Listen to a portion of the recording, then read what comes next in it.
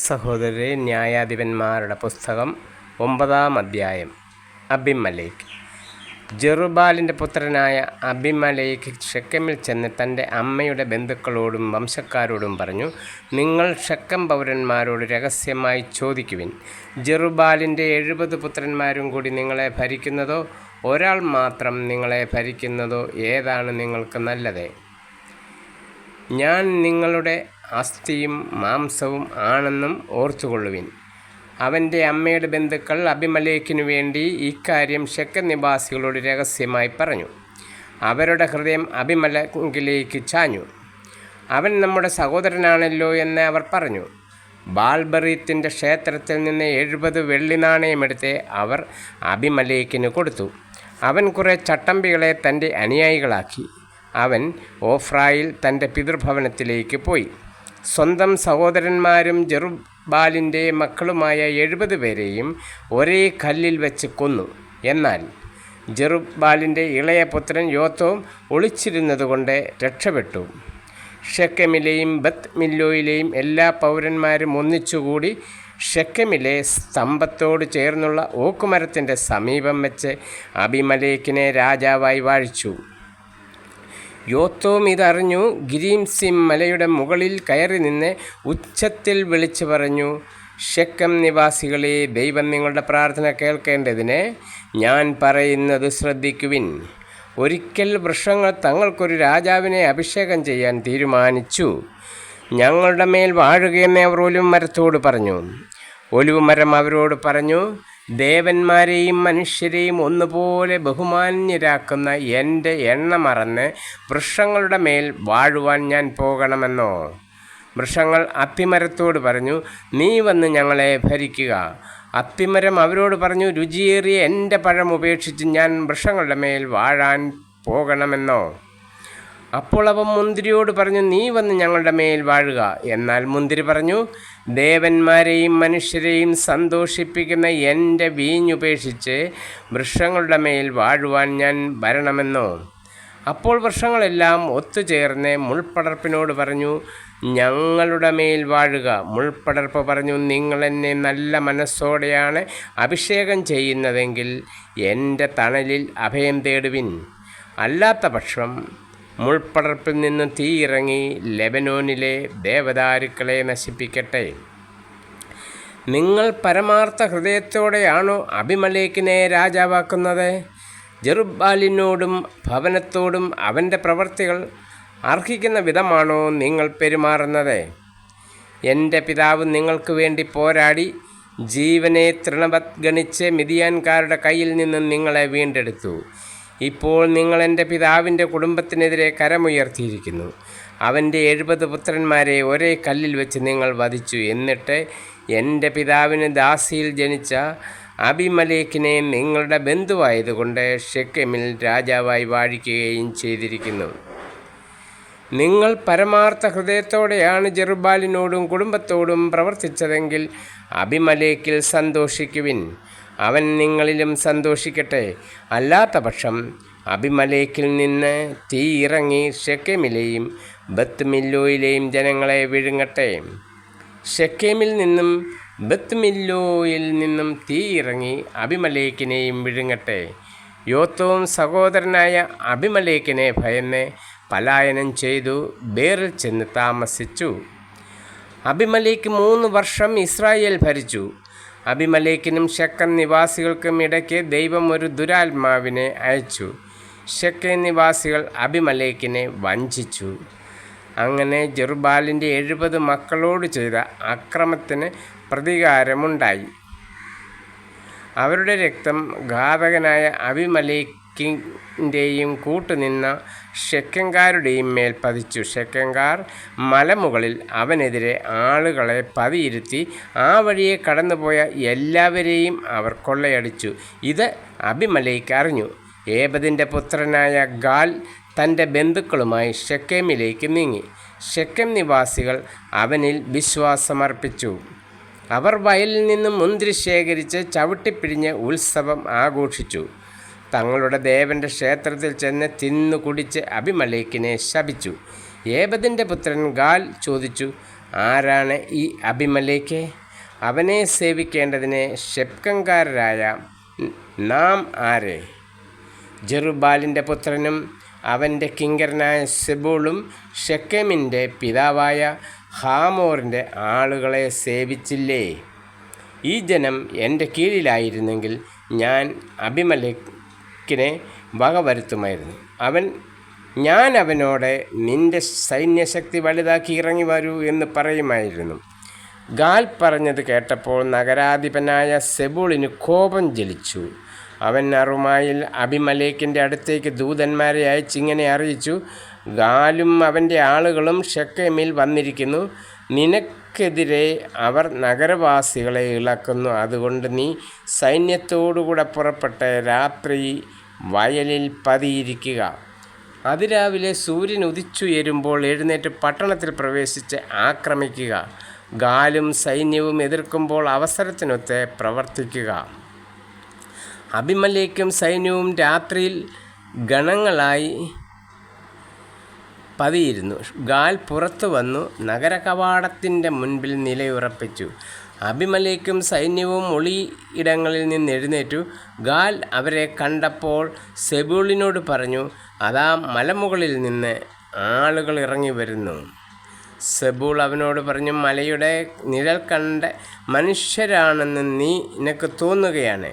ഗാൽ വീണ്ടും അവനോട് പറഞ്ഞു: അതാ ദേശത്തിൻ്റെ മധ്യത്തിൽ നിന്ന് ആളുകൾ ഇറങ്ങി വരുന്നു. ഒരു കൂട്ടം ആളുകൾ ശകുനക്കാരുടെ ഓക്കുമരത്തിൻ്റെ ഭാഗത്തു നിന്നു വരുന്നു. സെബൂൾ ചോദിച്ചു: നിന്റെ പൊങ്ങച്ചം ഇപ്പോൾ എവിടെ? നാം സേവിക്കാൻ അബിമേലെക്ക് ആരെന്ന് നീയല്ലേ ചോദിച്ചത്? നീ അധിക്ഷേപിച്ച ജനമല്ലേ ഇത്? നീ തന്നെ പോയി അവരോട് പൊരുതുക. ഗാൽ ശെക്കെം നിവാസികളുടെ നേതാവായി അബിമേലെക്കിനോട് പോരാടി. അബിമേലെക്ക് അവനെ പിന്തുടർന്നു. അവൻ പലായനം ചെയ്തു. പട്ടണ കവാടം വരെ അനേകർ മുറിവേറ്റു വീണു. അബിമേലെക്ക് അറുമായിൽ താമസമാക്കി. സെബൂൾ ഗാലിനെയും അവൻ്റെ ബന്ധുക്കളെയും ശെക്കെമിൽ താമസിക്കാൻ സമ്മതിക്കാതെ അവിടെ നിന്നും തുരത്തി. അടുത്ത ദിവസം ജനങ്ങൾ വയലിലേക്ക് പോയി. അബിമേലെക്ക് അതറിഞ്ഞു. അവൻ സേനയെ 3 ഗണമായി തിരിച്ച് വയലിൽ പതിയിരുത്തി. പട്ടണങ്ങളിൽ നിന്ന് ആളുകൾ നടന്നു വരുന്നത് കണ്ടു. അവൻ അവരെ എതിർത്തു കൊന്നു. അബിമേലെക്കും അവനോടുകൂടെ ഉണ്ടായിരുന്ന ഒരു ഗണവും ഓടി നഗര കവാടത്തിൽ ചെന്നു നിന്നു. മറ്റേ 2 ഗണങ്ങൾ വയലിൽ നിന്നവരുടെ അടുത്തേക്ക് പാഞ്ഞു ചെന്ന് അവരെ കൊന്നു.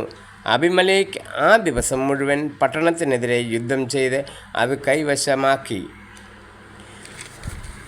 അവിടെ പാർത്തിരുന്നവരെ കൊന്നു. പട്ടണം ഇടിച്ചു നിരത്തി ഉപ്പ് വിതറി. ശെക്കെമിലെ ഗോപുരവാസികൾ ഇത് കേട്ടപ്പോൾ എൽബറീത്ത് ക്ഷേത്രത്തിൻ്റെ കോട്ടയിൽ കടന്നു. ശെക്കെം ഗോപുരവാസികൾ മുഴുവൻ തടിച്ചുകൂടിയിരിക്കുന്നു എന്ന് അബിമേലെക്കിന് അറിവ് കിട്ടി. സൽമോൻ മലയിലേക്ക് അബിമേലെക്ക് പടയാളികളുമായി പോയി. അവൻ കോടാലി കൊണ്ട് ഒരു കെട്ട് വിറക് വെട്ടിയെടുത്തു. അത് തോളിലെടുത്ത കൂടെയുള്ളവരോട്: ഞാൻ ചെയ്തതുപോലെ വേഗം നിങ്ങളും ചെയ്യുവിൻ എന്ന് പറഞ്ഞു. അവർ ഓരോ കെട്ട് വിറക് വെട്ടി അബിമേലെക്കിൻ്റെ പിന്നാലെ ചെന്ന് കോട്ടയോട് ചേർത്തിട്ടു. തീ വെച്ചു. സ്ത്രീകളും പുരുഷന്മാരും ഉൾപ്പെടെ 1000-ഓളം വരുന്ന ശെക്കെം ഗോപുരവാസികളെല്ലാം കൊല്ലപ്പെട്ടു. പിന്നീട് അബിമേലെക്ക് തെബസ്സിലേക്ക് ചെന്ന് പാളയമടിച്ച് അത് പിടിച്ചടക്കി. പട്ടണത്തിനുള്ളിൽ ഒരു ബലിഷ്ഠ ഗോപുരമുണ്ടായിരുന്നു. അവിടുത്തെ സ്ത്രീ പുരുഷന്മാരെല്ലാം ഓടിച്ചെന്ന് അതിനകത്ത് കടന്ന് വാതിലടച്ചു ഗോപുരത്തിൻ്റെ മുകൾത്തട്ടിലേക്ക് കയറി. അബിമേലെക്ക് ഗോപുരത്തിനടുത്തെത്തി അതിനെതിരെ യുദ്ധം ചെയ്തു. ഗോപുരം അഗ്നിക്കിരയാക്കാൻ അതിൻ്റെ വാതിൽക്കലെത്തി. അപ്പോൾ ഒരുവൾ തിരികല്ലിൻ പിള്ളയെറിഞ്ഞ് അബിമേലെക്കിൻ്റെ തലയോടുടച്ചു. ഉടനെ അവൻ തൻ്റെ ആയുധവാഹനായ യുവാവിനെ ബന്ധപ്പെട്ട് വിളിച്ചു: ഒരു സ്ത്രീ എന്നെ കൊന്നു എന്ന് എന്നെക്കുറിച്ച് പറയാതിരിക്കാൻ നിൻ്റെ വാളൂരി എന്നെ കൊല്ലുക എന്ന് പറഞ്ഞു.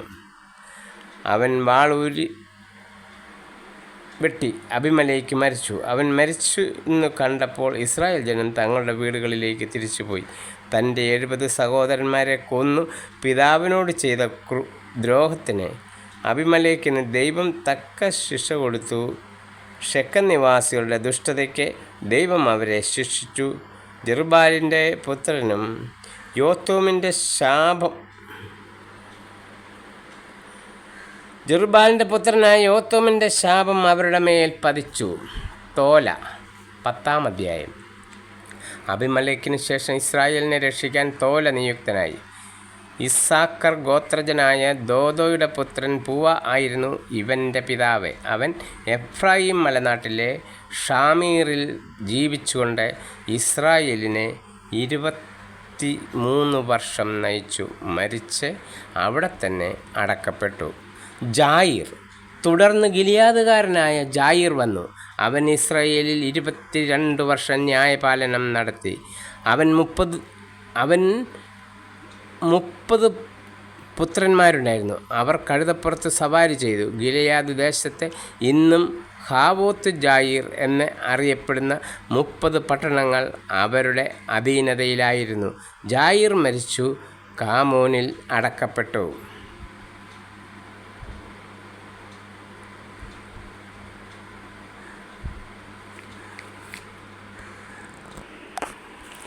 ജഫ്ത.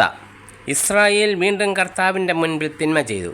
അവർ ബാൽ ദേവന്മാരെയും അസ്താർത്ത ദേവതകളെയും സിറിയ, സീദോൻ, മോവാബ്, അമ്മോൻ, ഫിലിസ്ത്യ എന്നിവിടങ്ങളിലെ ദേവന്മാരെയും സേവിച്ചു. കർത്താവിനെ അവർ പരിത്യജിച്ചു, അവിടുത്തെ സേവിച്ചതുമില്ല. കർത്താവിൻ്റെ കോപം ഇസ്രായേലിനെതിരെ ജ്വലിച്ചു. ഫിലിസ്ത്യർക്കും അമ്മോന്യർക്കും കർത്താവ് അവരെ ഏൽപ്പിച്ചു കൊടുത്തു. ആ വർഷം അവർ ഇസ്രായേൽ മക്കളെ ക്രൂരമായി ഞെരുക്കി. ജോർദാനക്കരെ ഗിലെയാദിലുള്ള അമ്മോര്യരുടെ സ്ഥലത്ത് വസിച്ചിരുന്ന ഇസ്രായേല്യരെ മുഴുവൻ 18 വർഷം അവർ പീഡിപ്പിച്ചു. അമ്മോന്യർ ജോർദാൻ കടന്ന് യൂദ, ബെഞ്ചമിൻ, എഫ്രായിം എന്നീ ഗോത്രങ്ങളോട് യുദ്ധം ചെയ്യാൻ വന്നു. തന്മൂലം ഇസ്രായേൽ വലിയ ക്ലേശം അനുഭവിച്ചു. ഇസ്രായേൽക്കാർ കർത്താവിനോട് നിലവിളിച്ചു പറഞ്ഞു, ഞങ്ങളുടെ ദൈവത്തെ മറന്ന് ബാലിനെ സേവിച്ചതുകൊണ്ട് ഞങ്ങൾ അങ്ങേക്കെതിരെ പാപം ചെയ്തിരിക്കുന്നു. കർത്താവ് ഇസ്രായേൽക്കാരോട് ചോദിച്ചു, ഈജിപ്തുകാർ, അമോര്യർ, അമ്മോന്യർ, ഫിലിസ്ത്യർ എന്നിവരിൽ നിന്ന് ഞാൻ നിങ്ങളെ രക്ഷിച്ചില്ലേ? സീദോന്യരും അമലേക്യരും മാവോന്യരും നിങ്ങളെ പീഡിപ്പിച്ചു. അപ്പോഴൊക്കെ നിങ്ങളെന്നോട് നിലവിളിച്ചു, ഞാൻ നിങ്ങളെ അവരുടെ കയ്യിൽ നിന്ന് മോചിപ്പിക്കുകയും ചെയ്തു. എങ്കിലും നിങ്ങൾ എന്നെ ഉപേക്ഷിച്ച് അന്യദേവന്മാരെ സേവിച്ചു. അതുകൊണ്ട് ഇനിയൊരിക്കലും ഞാൻ നിങ്ങളെ രക്ഷിക്കുകയില്ല. പോയി നിങ്ങൾ തിരഞ്ഞെടുത്ത ദേവന്മാരോട് നിലവിളിക്കുവിൻ. കഷ്ടതയിൽ നിന്ന് അവർ നിങ്ങളെ മോചിപ്പിക്കട്ടെ. ഇസ്രായേൽ ജനം കർത്താവിനോട് പറഞ്ഞു, ഞങ്ങൾ പാപം ചെയ്തു പോയി. അങ്ങേക്ക് ഇഷ്ടമുള്ളത് ഞങ്ങളോട് ചെയ്തു കൊള്ളുക. ഇക്കുറി ഞങ്ങളെ രക്ഷിക്കുക എന്ന് മാത്രം ഞങ്ങൾ പ്രാർത്ഥിക്കുന്നു. അവർ അന്യദേവന്മാരെ തങ്ങളുടെ ഇടയിൽ നിന്ന് നീക്കം ചെയ്ത് കർത്താവിനെ സേവിച്ചു. ഇസ്രായേലിൻ്റെ കഷ്ടത കണ്ട് അവിടുന്ന് രോഷകുലനായി. അമ്മോന്യർ യുദ്ധത്തിനൊരുങ്ങി ഗിലെയാദിൽ താവളമടിച്ചു. ഇസ്രായേൽ ജനം ഒന്നിച്ചു ചേർന്ന് മിസ്പായിലും താവളമടിച്ചു. ഗിലെയാദിലെ നേതാക്കന്മാരായ ആളുകൾ പരസ്പരം പറഞ്ഞു, അമ്മോന്യരോട് യുദ്ധം ആരംഭിക്കുന്നത് ആരോ അവനായിരിക്കും ഗിലെയാദ് നിവാസികൾക്ക് അധിപൻ. 11-ാം അധ്യായം. ഗിലെയാദുകാരനായ ജെഫ്ത ശക്തനായ സേനാനിയായിരുന്നു, പക്ഷേ അവൻ വേശ്യാപുത്രനായിരുന്നു. ഗിലെയാദ് ആയിരുന്നു അവൻ്റെ പിതാവ്. ഗിലെയാദിന് സ്വഭാര്യയിലും പുത്രന്മാരുണ്ടായിരുന്നു. അവർ വളർന്നപ്പോൾ ജെഫ്തായെ പുറന്തള്ളിക്കൊണ്ട് പറഞ്ഞു, ഞങ്ങളുടെ പിതാവിൻ്റെ അവകാശം നിനക്ക് ലഭിക്കുവാൻ പാടില്ല. നീ അന്യസ്ത്രീയുടെ മകനാണല്ലോ. അപ്പോൾ ജെഫ്ത തൻ്റെ സഹോദരന്മാരിൽ നിന്ന് ഓടിപ്പോയി തോബ് എന്ന സ്ഥലത്ത് ചെന്ന് താമസിച്ചു. ഒരു നീചസംഘം അവനോട് ചേർന്ന് കൊള്ള ചെയ്ത് നടന്നിരുന്നു. അക്കാലത്താണ് അമ്മോന്യർ ഇസ്രായേലിനെതിരെ യുദ്ധത്തിന് വന്നത്. അപ്പോൾ ഗിലെയാദിലെ ശ്രേഷ്ഠന്മാർ ജെഫ്തായെ തോബ് ദേശത്ത് നിന്ന് കൂട്ടിക്കൊണ്ടുവരാൻ പോയി. അവർ ജെഫ്തായോട് പറഞ്ഞു, അമ്മോന്യരോടുള്ള യുദ്ധത്തിൽ നീ ഞങ്ങളെ നയിക്കണം. ജെഫ്ത ഗിലെയാദിലെ ശ്രേഷ്ഠന്മാരോട് ചോദിച്ചു, നിങ്ങൾ എന്നെ വെറുക്കുകയും എൻ്റെ പിതാവിൻ്റെ ഭവനത്തിൽ നിന്ന് അടിച്ചിറക്കുകയും ചെയ്തില്ലേ?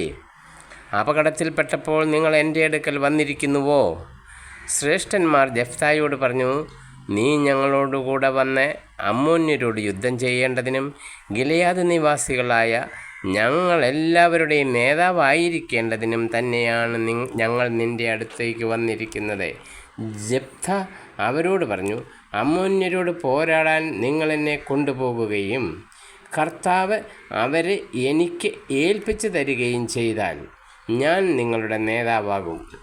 ശ്രേഷ്ഠന്മാർ പ്രതിവചിച്ചു, കർത്താവ് നമുക്ക് സാക്ഷിയായിരിക്കട്ടെ, നീ പറയുന്നത് പോലെ ഞങ്ങൾ ചെയ്യും. തീർച്ച. അവൻ ഗിലെയാദിലെ ശ്രേഷ്ഠന്മാരോടുകൂടെ പോയി ജനം അവനെ നേതാവായി സ്വീകരിച്ചു. മിസ്പായിൽ കർത്താവിൻ്റെ മുൻപിൽ വെച്ച് ജെഫ്താ ജനങ്ങളോട് സംസാരിച്ചു. ജെഫ്താ ദൂതന്മാരെ അയച്ച് അമ്മോന്യ രാജാവിനോട് ചോദിച്ചു, എൻ്റെ ദേശത്തോട് യുദ്ധം ചെയ്യാൻ നിനക്ക് എന്നോട് എന്താണ് വിരോധം? അമ്മോന്യ രാജാവ് ജെഫ്തായുടെ ദൂതന്മാരോട് പറഞ്ഞു, ഇസ്രായേൽ ജനം ഈജിപ്തിൽ നിന്ന് വന്നപ്പോൾ അർനോൺ മുതൽ ജാബോക്കും ജോർദാനും വരെയുള്ള എൻ്റെ സ്ഥലം കൈവശപ്പെടുത്തി. അതിപ്പോൾ യുദ്ധം കൂടാതെ എനിക്ക് തിരികെ കിട്ടണം. ജെഫ്താ വീണ്ടും ദൂതന്മാരെ അയച്ച് അമ്മോന്യ രാജാവിനോട് പറഞ്ഞു, ജെഫ്താ ഇങ്ങനെ അറിയിക്കുന്നു, മൊവാബ്യരുടെയോ അമ്മോന്യരുടെയോ ദേശം ഇസ്രായേൽ കൈയടക്കിയില്ല. അവർ ഈജിപ്തിൽ നിന്ന് വരും വഴി മരുഭൂമിയിൽ കൂടി ചെങ്കടൽ വരെയും അവിടെ നിന്ന് കാദേശ് വരെയും എത്തി. ഇസ്രായേൽ അന്ന് ഏദോം രാജാവിനോട് ദൂതന്മാർ വഴി നിന്റെ ദേശത്തിലൂടെ കടന്നു പോകാൻ ഞങ്ങളെ അനുവദിക്കണമെന്ന് അപേക്ഷിച്ചു. പക്ഷേ അവൻ അത് സമ്മതിച്ചില്ല. മൊവാബ് രാജാവിനോടും അവർ ആളയച്ചു പറഞ്ഞു, അവനും സമ്മതിച്ചില്ല. അതിനാൽ ഇസ്രായേൽ കാദേശിൽ തന്നെ താമസിച്ചു. അവർ മരുഭൂമിയിലൂടെ യാത്ര ചെയ്തു. ഏദോമും മൊവാബും ചുറ്റി മൊവാബിനു കിഴക്ക് അർനോൻ്റെ മറുകരെ താവളമടിച്ചു. മൊവാബിൽ അവർ പ്രവേശിച്ചതേയില്ല. മൊവാബിൻ്റെ അതിർത്തി അർനോനാണല്ലോ. ഇസ്രായേൽ ഹെഷ്ബോണിലെ അമോര്യ രാജാവായ സീഹോൻ്റെ അടുക്കൽ ദൂതന്മാരെ അയച്ച് നിങ്ങളുടെ ദേശത്തുകൂടി ഞങ്ങളുടെ സ്ഥലത്തേക്ക് പോകാൻ അനുവദിക്കണമെന്ന് അപേക്ഷിച്ചു. എന്നാൽ തൻ്റെ ദേശത്തുകൂടി ഇസ്രായേലിനെ കടത്തിവിടാൻ സീഹോന് വിശ്വാസം വന്നില്ല. മാത്രമല്ല, സീഹോൻ ജനങ്ങളെയെല്ലാം ഒന്നിച്ചുകൂട്ടി യാഹാസിൽ താവളമടിച്ച് ഇസ്രായേലിനോട് പൊരുതി. ഇസ്രായേലിൻ്റെ ദൈവമായ കർത്താവ് സീഹോനെയും അവൻ്റെ ജനത്തെയും ഇസ്രായേൽക്കാരുടെ കയ്യിൽ ഏൽപ്പിച്ചു. ഇസ്രായേൽ അവരെ പരാജയപ്പെടുത്തി. ആ സ്ഥലത്ത് താമസിച്ചിരുന്ന അമ്മോര്യരുടെ ദേശം അവർ പിടിച്ചെടുത്തു. അർനോൺ മുതൽ ജാബോക്ക് വരെയും മരുഭൂമി മുതൽ ജോർദാൻ വരെയുമുള്ള അമ്മോര്യരുടെ ദേശം മുഴുവൻ കൈവശപ്പെടുത്തി. അങ്ങനെ ഇസ്രായേലിൻ്റെ ദൈവമായ കർത്താവ് തന്നെ തൻ്റെ ജനമായ ഇസ്രായേലിൻ്റെ മുമ്പിൽ നിന്ന് അമ്മോര്യരെ തുരത്തിയിരിക്കെ നീ അവ കൈവശമാക്കാൻ പോകുന്നുവോ? നിന്റെ ദൈവമായ കേമോഷ് നിനക്ക് തരുന്നത് നീ കൈവശം വയ്ക്കുന്നില്ലേ? ഞങ്ങളുടെ ദൈവമായ കർത്താവ് ഞങ്ങൾ കൊഴിപ്പിച്ച് തരുന്നതൊക്കെ ഞങ്ങൾ കൈവശമാക്കും. മൊവാബ് രാജാവായ സിപ്പോറിൻ്റെ പുത്രൻ ബാലക്കിനേക്കാൾ ശ്രേഷ്ഠനാണോ നീ? അവൻ എപ്പോഴെങ്കിലും ഇസ്രായേലിനെ എതിർത്തിട്ടുണ്ടോ? അവർക്കെതിരെ യുദ്ധത്തിനിറങ്ങിയിട്ടുണ്ടോ? ഇസ്രായേൽ ഹെഷ്ബോണിലും അതിൻ്റെ ഗ്രാമങ്ങളിലും ആരോവറിലും അതിൻ്റെ ഗ്രാമങ്ങളിലും അർനോൺ തീരത്തുള്ള എല്ലാ പട്ടണങ്ങളിലും 300 വർഷം താമസിച്ച കാലത്തെ നീ എന്തുകൊണ്ട് അവ വീണ്ടെടുത്തില്ല? ആകയാൽ ഞാൻ നിന്നോട് ഒരപരാധവും ചെയ്തിട്ടില്ല. ആ നിലയ്ക്ക് എന്നോട് യുദ്ധം ചെയ്യുന്നത് തെറ്റാണ്. ന്യായാധിപനായ കർത്താവ് ഇസ്രായേല്യർക്കും അമ്മോന്യർക്കും ഇടയ്ക്ക് ഇന്ന് ന്യായവിധി നടത്തട്ടെ. എന്നാൽ ജെഫ്തായുടെ സന്ദേശം അമ്മോന്യ രാജാവ് വകവച്ചില്ല. കർത്താവിൻ്റെ ആത്മാവ് ജെഫ്തായുടെ മേൽ ആവസിച്ചു. അവൻ ഗിലെയാദ്, മനാസെ എന്നിവിടങ്ങളിൽ കൂടി ഗിലെയാദിലെ മിസ്പായിലേക്ക് കടന്ന് അമ്മോന്യരുടെ ദേശത്തേക്ക് പോയി. ജെഫ്താ കർത്താവിനൊരു നേർച്ച നേർന്നു, അങ്ങ് അമ്മോന്യരെ എൻ്റെ കയ്യിൽ ഏൽപ്പിക്കുമെങ്കിൽ ഞാൻ അവരെ തോൽപ്പിച്ച് ജേതാവായി തിരികെ ചെല്ലുമ്പോൾ എന്നെ എതിരേൽക്കാൻ പടിവാതിൽക്കലേക്ക് ആദ്യം വരുന്നത് ആരായിരുന്നാലും അവൻ കർത്താവിൻ്റേതായിരിക്കും.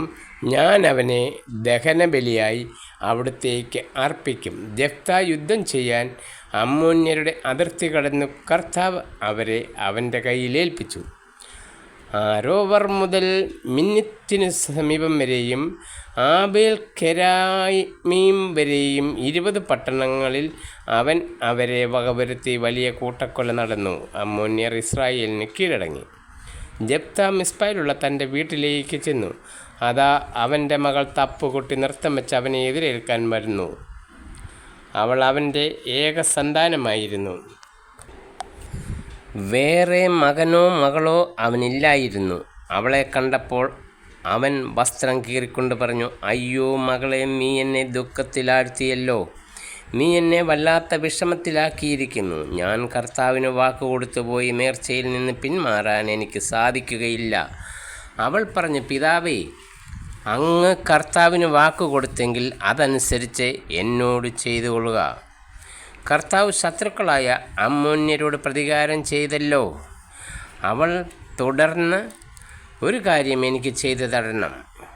സഖിമാരോടൊത്ത് പർവ്വതങ്ങളിൽ പോയി എൻ്റെ കന്യാത്വത്തെ പ്രതി 2 മാസത്തേക്ക് വിലപിക്കാൻ എന്നെ അനുവദിക്കണം. പൊയ്ക്കൊള്ളുക എന്ന് പറഞ്ഞ് അവൻ 2 മാസത്തേക്ക് അവളെ അയച്ചു. അവൾ പർവ്വതങ്ങളിൽ സഖിമാരോടൊപ്പം താമസിച്ച് തൻ്റെ കന്യാത്വത്തെപ്പറ്റി വിലപിച്ചു. 2 മാസം കഴിഞ്ഞ് അവൾ പിതാവിൻ്റെ പക്കലേക്ക് തിരിച്ചു വന്നു. അവൻ നേർന്നിരുന്നതുപോലെ അവളോട് ചെയ്തു. അവൾ ഒരിക്കലും പുരുഷനെ അറിഞ്ഞിരുന്നില്ല. ഗിലെയാദുകാരനായ ജെഫ്തായുടെ പുത്രിയെ ഓർത്ത് ഇസ്രായേൽ പുത്രിമാർ വർഷം തോറും 4 ദിവസം കരയാൻ പോകുക പതിവായിരുന്നു. എഫ്രൈംകാർ യുദ്ധത്തിനൊരുങ്ങി. 12-ാം അധ്യായം. അവർ സഫോണിലേക്ക് ചെന്നു. ജെഫ്തായോട് പറഞ്ഞു, അമ്മോന്യരോട് യുദ്ധം ചെയ്യാൻ നീ അതിർത്തി കടന്നപ്പോൾ നിന്നോടൊപ്പം വരാൻ ഞങ്ങളെ വിളിക്കാഞ്ഞതെന്തുകൊണ്ടേ? നിന്നെയും നിൻ്റെ ഭവനത്തെയും ഞങ്ങൾ അഗ്നിക്കിരയാക്കും. ജെഫ്താ അവരോട് പറഞ്ഞു, ഞാനും എൻ്റെ ജനവും അമ്മോന്യരുമായി വലിയ കലഹത്തിലായി. ഞാൻ നിങ്ങളെ വിളിച്ചപ്പോൾ അവരുടെ കൈകളിൽ നിന്ന് നിങ്ങൾ എന്നെ രക്ഷിച്ചില്ല. നിങ്ങൾ എന്നെ രക്ഷിക്കുകയില്ലെന്ന് കണ്ടപ്പോൾ ഞാൻ എൻ്റെ ജീവൻ കയ്യിലെടുത്ത് അമ്മോന്യർക്കെതിരെ ചെന്നു. കർത്താവ് അവരെ എൻ്റെ കയ്യിൽ ഏൽപ്പിക്കുകയും ചെയ്തു. എന്നിട്ടിപ്പോൾ നിങ്ങൾ എനിക്കെതിരെ യുദ്ധം ചെയ്യാൻ വരുന്നുവോ? ജെഫ്താ ഗിലെയാദുകാരെയെല്ലാം ഒന്നിച്ചുകൂട്ടി എഫ്രൈമിനോട് യുദ്ധം ചെയ്തു. ഗിലെയാദുകാർ എഫ്രൈമിൻ്റെയും മനാസയുടെയും ഇടയിൽ വെറും അഭയാർത്ഥികളാണെന്ന് എഫ്രൈംകാർ പറഞ്ഞതുകൊണ്ട് ഗിലെയാദുകാർ അവരെ തകർത്ത് കളഞ്ഞു. എഫ്രൈംകാരോട് എതിർത്ത് ഗിലെയാദുകാർ ജോർദാൻ്റെ കടവുകൾ പിടിച്ചെടുത്തു. എഫ്രൈമിൽ നിന്ന് ഒരഭയാർത്ഥി എപ്പോഴെങ്കിലും ഓടിപ്പോകുമ്പോൾ അക്കരയ്ക്ക് പോയിക്കൊള്ളട്ടെ എന്ന് ചോദിച്ചാൽ, നീ ഒരു എഫ്രൈംകാരനോ എന്ന് ഗിലെയാദുകാർ ചോദിക്കും. അല്ല എന്ന് അവൻ പറഞ്ഞാൽ അവനോട് ഷിബ്ബോലോത്ത് എന്ന് ഉച്ചരിക്കാൻ പറയും. ശരിയായി ഉച്ചരിക്കാത്ത സിബ്ബോലത്ത് എന്ന് പറഞ്ഞാൽ അവർ അവനെ പിടിച്ച് ജോർദാൻ്റെ കടവുകളിൽ വെച്ച് കൊല്ലും. 40,000 എഫ്രൈംകാർ അന്നാളുകളിൽ വധിക്കപ്പെട്ടു. ജെഫ്താ ഇസ്രായേലിൽ 6 വർഷം ന്യായപാലനം നടത്തി. ഗിലെയാദുകാരനായ ജെഫ്താ മരിച്ചു. സ്വന്തം പട്ടണമായ ഗിലെയാദിൽ അടക്കപ്പെട്ടു. ഇബ്സാൻ. അവനുശേഷം ബെത്ലഹേംകാരനായ ഇബ്സാൻ ഇസ്രായേലിൽ ന്യായപാലനം നടത്തി. അവന് 30 പുത്രന്മാരും സ്വന്തം കുലത്തിനു വെളിയിൽ വിവാഹം കഴിച്ചു കൊടുത്തിരുന്ന 30 പുത്രിമാരും തൻ്റെ പുത്രിമാർക്ക് വേണ്ടി കുലത്തിനു വെളിയിൽ നിന്ന് സ്വീകരിച്ച 30 പുത്രിമാരുമുണ്ടായിരുന്നു. അവൻ 7 വർഷം ഇസ്രായേലിൽ ന്യായപാലനം നടത്തി. ഇബ്സാൻ മരിച്ചു. ബെത്ലഹേമിൽ അടക്കപ്പെട്ടു. ഏലോൻ. അവനുശേഷം സെബുലൂൻകാരനായ ഏലോൻ ഇസ്രായേലിൽ 10 വർഷം ന്യായപാലനം നടത്തി. ഏലോൻ മരിച്ചു. സെബുലൂൺ ദേശത്തെ അയ്യലോണിൽ അവനെ സംസ്കരിച്ചു. അബ്ദോൻ. പിന്നീട് പിറധോന്യനായ ഹില്ലേലിൻ്റെ മകൻ അബ്ദോൻ ഇസ്രായേലിൽ ന്യായാധിപനായി. അവന് 40 പുത്രന്മാരും 30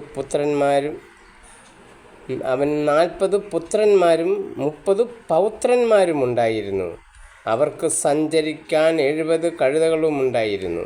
അവൻ ഇസ്രായേലിൽ 8 വർഷം ന്യായപാലനം നടത്തി. പിറധോന്യനായ ഹില്ലേലിൻ്റെ പുത്രൻ അബ്ദോൻ മരിച്ചു. അമലേക്യരുടെ മലനാട്ടിൽ എഫ്രൈം ദേശത്തെ പിറധോനിൽ സംസ്കരിക്കപ്പെട്ടു. 13-ാം അധ്യായം. സാംസന്റെ ജനനം.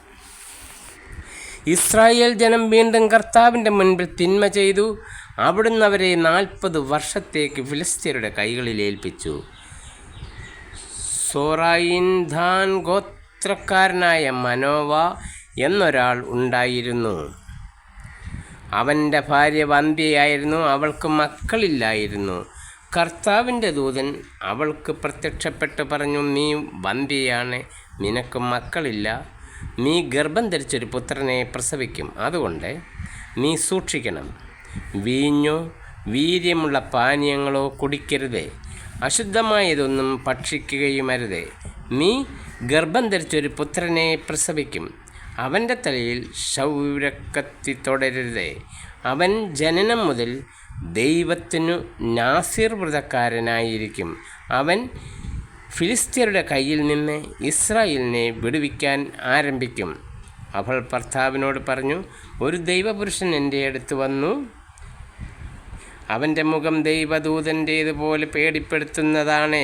എവിടെ നിന്ന് വരുന്നുവെന്ന് അവനോട് ഞാൻ ചോദിച്ചില്ല. അവൻ പേര് പറഞ്ഞതുമില്ല.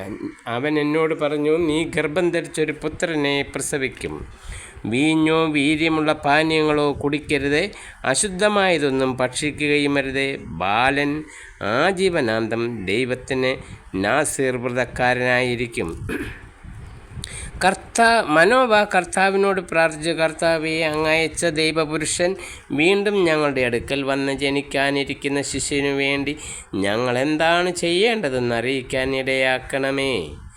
മനോവയുടെ പ്രാർത്ഥന ദൈവം കേട്ടു. വയലിലായിരിക്കുമ്പോൾ ദൈവദൂതൻ വീണ്ടും സ്ത്രീയുടെ അടുത്ത് വന്നു. ഭർത്താവായ മനോവ അവളോട് കൂടെ ഉണ്ടായിരുന്നില്ല. അവൾ പെട്ടെന്ന് ഓടിച്ചെന്ന് ഭർത്താവിനോട് പറഞ്ഞു, എൻ്റെ അടുത്ത് കഴിഞ്ഞ ദിവസം വന്നയാൾ വീണ്ടും പ്രത്യക്ഷപ്പെട്ടിരിക്കുന്നു. മനോവ എഴുന്നേറ്റ് ഭാര്യയുടെ പിന്നാലെ ചെന്ന് അവനോട് ചോദിച്ചു, ഇവളോട് സംസാരിച്ചവൻ നീയോ? അവൻ പറഞ്ഞു, ഞാൻ തന്നെ. അപ്പോൾ മനോവ ചോദിച്ചു, നിന്റെ വാക്കുകൾ നിറവേറുമ്പോൾ ബാലൻ്റെ ജീവിതശൈലി എങ്ങനെ ആയിരിക്കണം? അവൻ എന്താണ് ചെയ്യേണ്ടത്? കർത്താവിൻ്റെ ദൂതൻ മനോവയോട് പറഞ്ഞു, ഞാൻ സ്ത്രീയോട് പറഞ്ഞതെല്ലാം അവൾ പാലിക്കട്ടെ. മുന്തിരിയിൽ നിന്നുള്ളതൊന്നും അവൾ ഭക്ഷിക്കരുത്. വീഞ്ഞോ ലഹരി പദാർത്ഥമോ കുടിക്കരുത്. അശുദ്ധമായതൊന്നും തിന്നുകയുമരുത്. ഞാൻ അവളോട് കൽപ്പിച്ചതൊക്കെ അവൾ പാലിക്കണം. മനോവ കർത്താവിൻ്റെ ദൂതനോട് പറഞ്ഞു, ഞാനൊരു ആട്ടിൻകുട്ടിയെ പാകം ചെയ്യുന്നതുവരെ നിൽക്കണമേ. കർത്താവിൻ്റെ ദൂതൻ പറഞ്ഞു, നീ പിടിച്ചു നിർത്തിയാലും നിൻ്റെ ഭക്ഷണം ഞാൻ കഴിക്കുകയില്ല. എന്നാൽ നീ പാകം ചെയ്യുന്നെങ്കിൽ അത് കർത്താവിന് ദഹനബലിയായി അർപ്പിക്കുക. കർത്താവിൻ്റെ ദൂതനാണ് അവനെന്ന് മനോവ അറിഞ്ഞിരുന്നില്ല. അവൻ കർത്താവിൻ്റെ ദൂതനോട്, നിൻ്റെ പേരെന്ത്? നീ പറഞ്ഞത് സംഭവിക്കുമ്പോൾ ഞങ്ങൾ നിന്നെ ബഹുമാനിക്കണമല്ലോ എന്ന് പറഞ്ഞു. ദൂതൻ അവനോട് ചോദിച്ചു, എൻ്റെ പേര് അത്ഭുതകരമായിരിക്കെ നീ അത് ചോദിക്കുന്നത് എന്തിന്? അപ്പോൾ മനോവ ആട്ടിൻകുട്ടിയെ കൊണ്ടുവന്ന് ധാന്യബലിയോടുകൂടെ അത്ഭുതം പ്രവർത്തിക്കുന്നവനായ കർത്താവിന് പാറപ്പുറത്ത് വെച്ച് അർപ്പിച്ചു. ബലിപീഠത്തിൽ നിന്ന് അഗ്നിജ്വാല ആകാശത്തിലേക്ക് ഉയർന്നു. മനോവയും ഭാര്യയും നോക്കി നിൽക്കെ കർത്താവിൻ്റെ ദൂതൻ ബലിപീഠത്തിലെ അഗ്നിജ്വാലയിലൂടെ ഉയർന്നു പോയി. അവർ നിലത്ത് കമിഴ്ന്നു വീണു. അപ്പോൾ മനോവയ്ക്കും ഭാര്യയ്ക്കും പിന്നീട് പ്രത്യക്ഷപ്പെട്ടില്ല. അത് കർത്താവിൻ്റെ ദൂതനായിരുന്നുവെന്ന് മനോവയ്ക്ക് വ്യക്തമായി. മനോവ ഭാര്യയോട് പറഞ്ഞു, ദൈവത്തെ കണ്ടതുകൊണ്ട് നാം തീർച്ചയായും മരിക്കുമോ?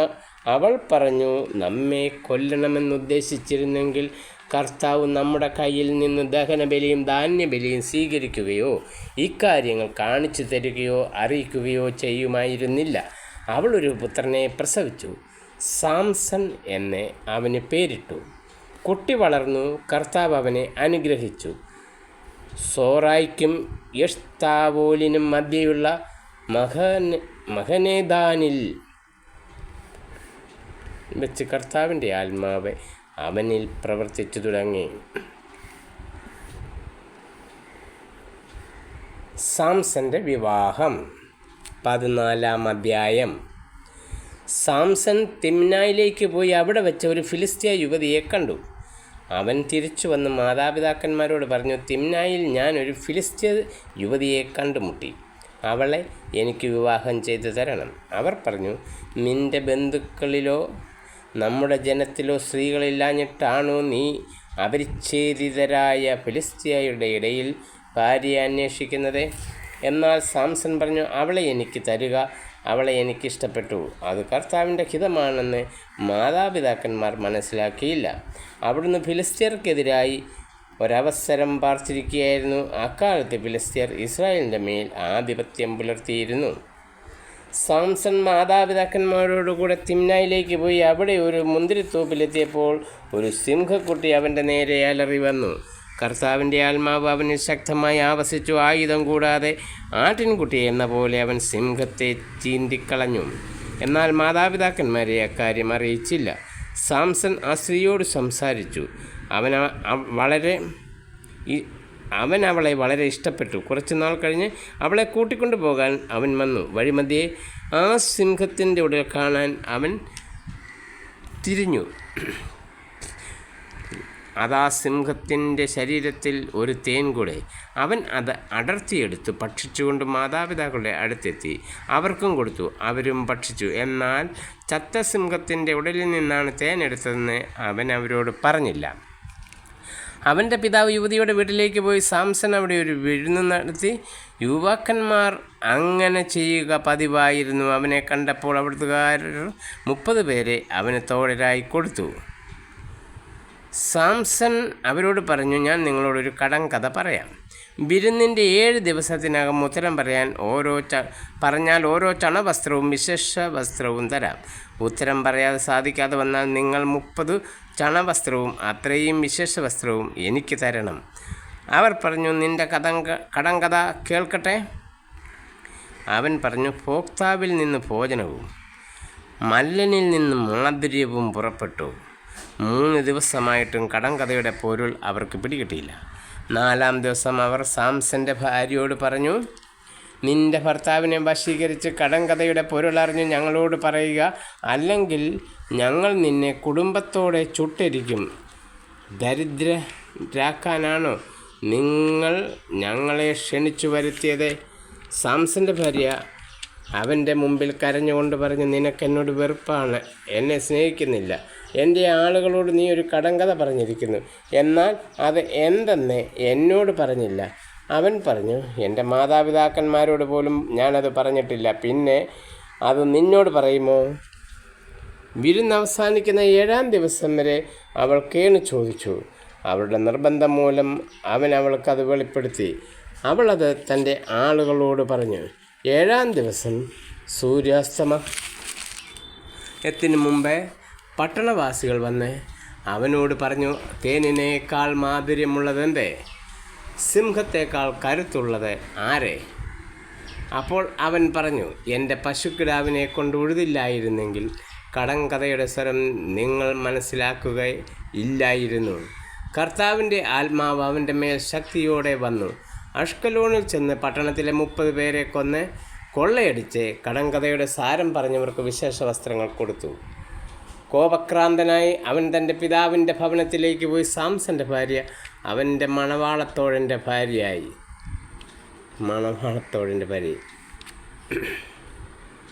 ഫിലിസ്ത്യരെ തോൽപ്പിക്കുന്നു. 15-ാം അധ്യായം. കുറേ നാൾ കഴിഞ്ഞ് സാംസൺ ഗോതമ്പ് വിളവെടുപ്പ് കാലത്ത് ഒരാട്ടിൻകുട്ടിയുമായി ഭാര്യയെ സന്ദർശിക്കാൻ ചെന്നു. അവൻ പറഞ്ഞു, ഞാൻ എൻ്റെ ഭാര്യയുടെ ശയനമുറിയിൽ പ്രവേശിക്കട്ടെ. പക്ഷേ പിതാവ് അത് അനുവദിച്ചില്ല. അവളുടെ പിതാവ് പറഞ്ഞു, നീ അവളെ അതിയായി വെറുക്കുന്നുവെന്ന് വിചാരിച്ച് ഞാൻ അവളെ നിൻ്റെ കൂട്ടുകാരന് കൊടുത്തു. അവളുടെ ഇളയ സഹോദരി അവളേക്കാൾ സുന്ദരിയല്ലേ? അവളെ സ്വീകരിച്ചാലും. സാംസൺ പറഞ്ഞു, ഇപ്രാവശ്യവും ഫിലിസ്ത്യരോട് ഞാൻ എന്തെങ്കിലും അതിക്രമം പ്രവർത്തിച്ചാൽ അത് എൻ്റെ കുറ്റമായിരിക്കയില്ല. സാംസൺ പോയി 300 കുറുനരികളെ പിടിച്ച് കുറേ പന്തങ്ങളും ഉണ്ടാക്കി. ഈ 2 വാലോട് വാൽ ചേർത്ത് ബന്ധിച്ച് അവയ്ക്കിടയിൽ പന്തവും വെച്ച് കെട്ടി. അനന്തരം അവൻ പന്തങ്ങൾക്ക് തീ കൊളുത്തി അവയെ ഫിലിസ്ത്യരുടെ ധാന്യവിളയിലേക്ക് വിട്ടു. വയലിൽ നിൽക്കുന്ന വിളയും കൊയ്ത കറ്റയും ഒലിവ് തോട്ടങ്ങളും കത്തിച്ചാമ്പലായി. ഫിലിസ്ത്യർ ചോദിച്ചു, ആരാണിത് ചെയ്തത്? അവർ പറഞ്ഞു, ആ തിമ്നാക്കാരൻ്റെ മരുമകനായ സാംസൺ അവൻ്റെ ഭാര്യയെ അമ്മായിപ്പൻ അവൻ്റെ കൂട്ടുകാരന് കൊടുത്തതുകൊണ്ട് ചെയ്തതാണിത്. ഫിലിസ്ത്യർ തന്നെ അവളെയും അവളുടെ പിതാവിനെയും അഗ്നിക്കിരയാക്കി. സാംസൺ അവരോട് പറഞ്ഞു, ഇങ്ങനെയാണ് നിങ്ങൾ പ്രവർത്തിക്കുന്നതെങ്കിൽ ഞാൻ ശപഥം ചെയ്യുന്നു, ഞാൻ നിങ്ങളോട് പ്രതികാരം ചെയ്തിട്ട് സ്ഥലം വിടും. അവൻ അവരെ ക്രൂരമായി പ്രഹരിച്ച് കൊന്നുകളഞ്ഞു. അതിനുശേഷം അവൻ ഏറ്റവും പാറക്കെട്ടിൽ പോയി താമസിച്ചു. അപ്പോൾ ഫിലിസ്ത്യർ യൂദയായിൽ ചെന്ന് പാളയമടിച്ച് ലേഹി പട്ടണം ആക്രമിച്ചു. യൂദയിലെ ജനം ചോദിച്ചു, നിങ്ങൾ ഞങ്ങൾക്കെതിരായി വന്നത് എന്തുകൊണ്ട്? അവർ പറഞ്ഞു, സാംസൺ ഞങ്ങളോട് ചെയ്തതിന് പകരം വീട്ടാൻ അവനെ ബന്ധനസ്ഥനാക്കുന്നതിന് വേണ്ടിയാണ് ഞങ്ങൾ വന്നിരിക്കുന്നത്. അപ്പോൾ യൂദയായിലെ 3000 ആളുകൾ ഏറ്റവും പാറയിടുക്കിൽ ചെന്ന് സാംസനോട് ചോദിച്ചു, ഫിലിസ്ത്യരാണ് ഞങ്ങളുടെ ഭരണാധികാരികളെന്ന് നിനക്കറിഞ്ഞുകൂടെ? പിന്നെ നീ ഇപ്പോൾ ഞങ്ങളോട് ചെയ്തതെന്തേ? അവൻ പറഞ്ഞു, അവർ എന്നോട് ചെയ്തതുപോലെ ഞാൻ അവരോടും ചെയ്തു. അവർ പ്രതിവചിച്ചു, നിന്നെ ബന്ധിച്ച് ഫിലിസ്ത്യരുടെ കയ്യിൽ ഏൽപ്പിക്കാൻ വന്നിരിക്കുകയാണ് ഞങ്ങൾ. സാംസൺ പറഞ്ഞു, നിങ്ങൾ എൻ്റെ മേൽ ചാടി വീഴുകയില്ലെന്ന് സത്യം ചെയ്യുക. അവർ പറഞ്ഞു, ഇല്ല, ഞങ്ങൾ നിന്നെ ബന്ധിച്ച് ഫിലിസ്ത്യരുടെ കയ്യിൽ ഏൽപ്പിക്കുകയുള്ളൂ, കൊല്ലുകയില്ല. അവർ പുതിയ 2 കയറുകൊണ്ട് അവനെ ബന്ധിച്ച് പാറയ്ക്കു വെളിയിൽ കൊണ്ടുവന്നു. അവൻ ലേഹിയിലെത്തിയപ്പോൾ ഫിലിസ്ത്യർ ആർപ്പ് വിളികളോടെ അവനെ കാണാനെത്തി. കർത്താവിൻ്റെ ആത്മാവ് ശക്തിയോടെ അവൻ്റെ മേൽ വന്നു. അവനെ ബന്ധിച്ചിരുന്ന കയർ കരിഞ്ഞ ചണനൂൽ പോലെ ആയിത്തീർന്നു. കെട്ടുകൾ അറ്റുവീണു. ആയിടെ ചത്ത ഒരു കഴുതയുടെ താടിയെല്ല് കിടക്കുന്നത് അവൻ കണ്ടു. അതെടുത്ത് അവൻ 1000 പേരെ അതുകൊണ്ട് കൊന്നു. എന്നിട്ട് അവൻ ഘോഷിച്ചു, കഴുതയുടെ താടിയെല്ലുകൊണ്ട് ഞാൻ അവരെ കൂന കൂട്ടി. കഴുതയുടെ താടിയെല്ലുകൊണ്ട് 1000 പേരെ ഞാൻ കൊന്നു. ഇത് പറഞ്ഞിട്ട് അവൻ എല്ല് എറിഞ്ഞു കളഞ്ഞു. ആ സ്ഥലത്തിന് റാമോത്ത് ലേഹി എന്ന് പേര് ലഭിച്ചു. അവനും വലിയ ദാഹമുണ്ടായി. അവൻ കർത്താവിനെ വിളിച്ചപേക്ഷിച്ചു.